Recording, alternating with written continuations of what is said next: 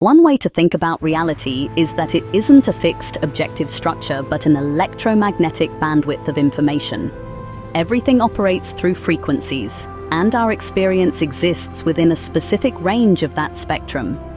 Reality isn't simply a square, rectangle, or any other static form. It's something that emerges through our interaction with it.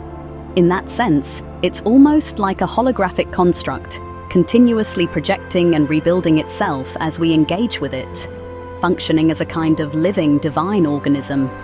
There are symbolic patterns everywhere that seem to connect the human body with the world around us.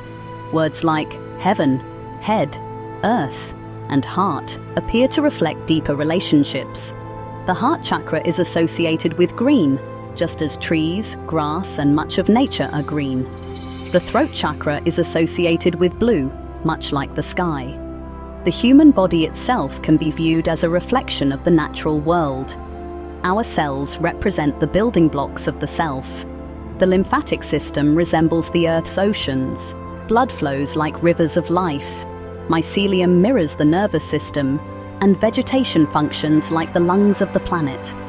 These parallels suggest that humanity and nature are expressions of the same underlying design.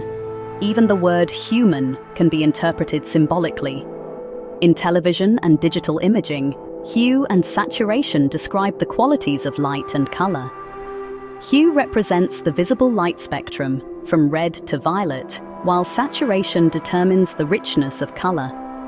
From this perspective, a human can be seen as the manifestation of the light spectrum itself. Rather than viewing ourselves as merely physical beings, we might understand ourselves as electromagnetic, holographic, multidimensional expressions of consciousness, experiencing reality through a shared field of information.